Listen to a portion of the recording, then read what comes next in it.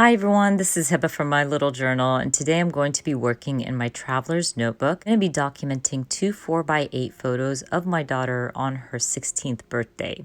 Now, because I'm documenting two large photos, I need more space, and I really want this layout or these two layouts to be one.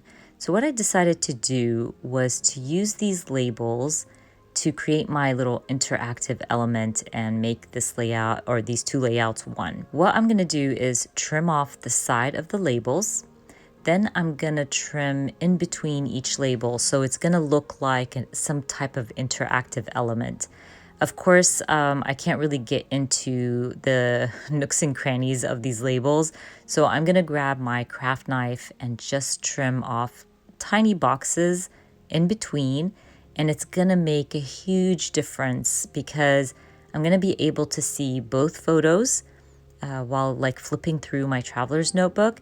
And it just made these little labels pop for some reason. Just these small measures. You don't have to go all out and, do all kinds of cutouts and things like that to make your spread more interactive or more interesting.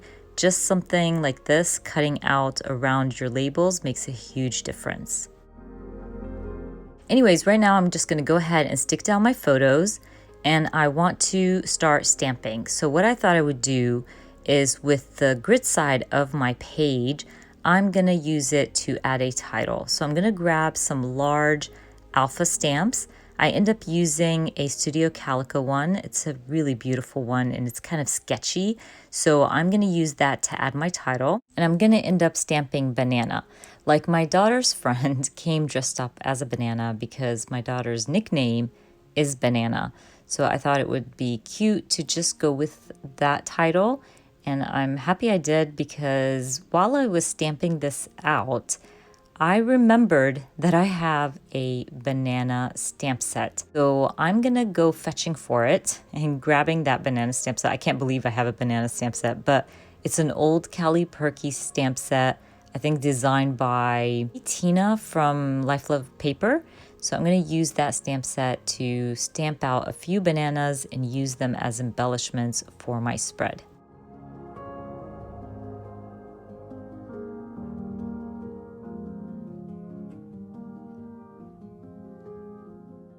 Now that I have my banana stamp on hand, I'm just gonna go ahead and start stamping my bananas. What I thought I would do is stamp them on white paper because I want them to look more like embellishments, and I can kind of play around with my ink here. I kind of start with some darker bananas. I add, or I kind of double stamp some of them to make them like a darker yellow. It's so funny. I think I'm going to say bananas like a million times in this video. Anyways, once I stamp them out, I'm going to trim them out. And I did forget to use the extra stamp that comes with these banana stamps. They kind of fill out your banana and they make them look more like a banana. And I totally forgot about them, but that's okay. I end up grabbing just a brown marker and making them look more like a banana, adding it to the tip of each one. After I was done adding the tips to each banana, I noticed that there was like a filler stamp, but that's okay, no big deal.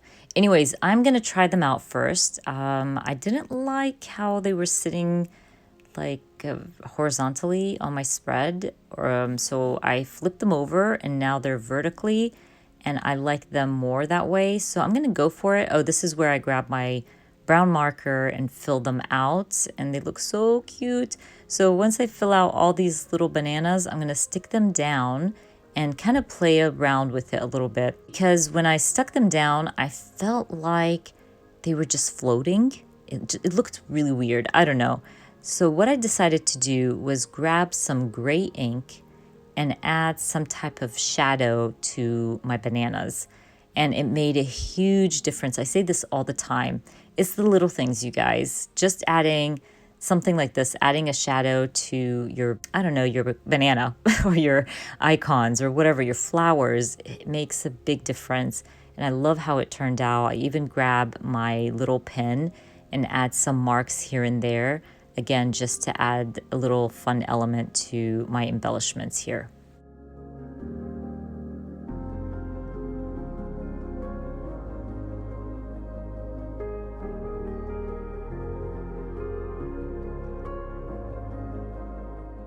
The stamp set also came with a stamp that said, "That's bananas." So I thought it would be adorable to add it to my page or my title. Once I added it to my title, I was like, oh my gosh, this is perfect because it ended up saying, "That's bananas, banana." And it was just the perfect touch. But I'm done with the stamping situation. I wanted to add a little something to my photo. So I actually grabbed this kit from Feed Your Craft, and it's kind of a celebration kit. And one of the cards had "Happy Birthday."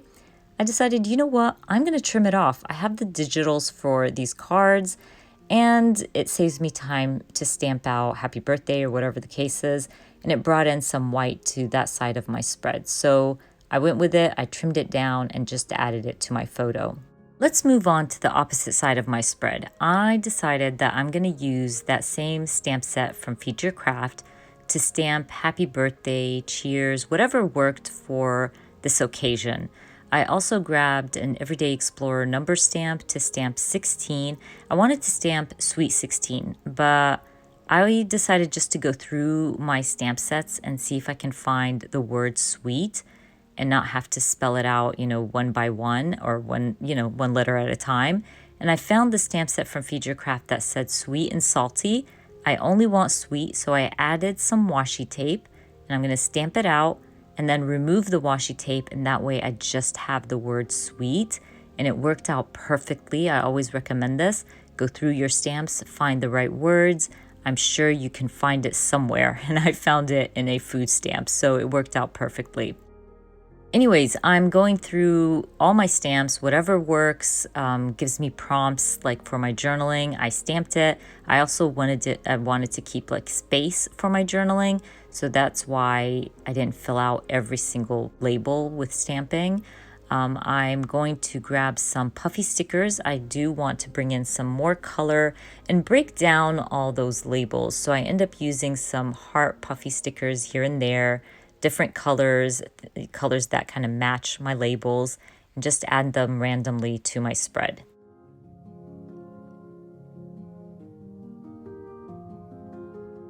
While I was adding the puffy stickers to my layout, I really wanted to add, I don't know, like girl power or something to her photo because this girl is just amazing. And I first thought I was going to stamp it directly on my photo, but I thought, you know what, because there's so many labels on the left side of my spread, maybe I should stamp it on a label. I'm going to go through my labels and I'm going to find a label that matched perfectly with my spread. It was just like a nice mustardy yellow and it fit my stamp perfectly. I end up stamping "No one is you and that is your power." Love this stamp set. I believe it's an old Studio Calico stamp set. I say this all the time. I forget the names of stamp sets, but I always link everything in the description box for you guys if it's still available. Anyways, I'm going to go ahead and just add a few word stickers to my label just to brighten it up and bring in some of that blue from the opposite side of my spread.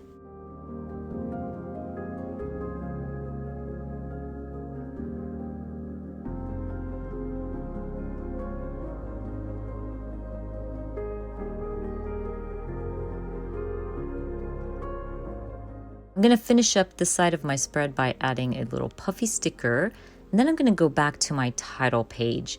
I felt like my title page was missing something, like it was not grounded. So what I decided to do is just grab my pen, add a few marks to my bananas, and then add a border to my page. Just adding a border to a page where you feel like it's missing something makes a huge difference. And I don't do it a lot, but I like to add it every once in a while, just especially like for something like this, when you have something interactive like this. But anyways, you guys, that's about it. I'm going to call my layout done. I hope you enjoyed watching this video, and if you did, please give me a thumbs up. And if you are new to my channel, please consider subscribing, and I hope to see you guys very soon. Bye.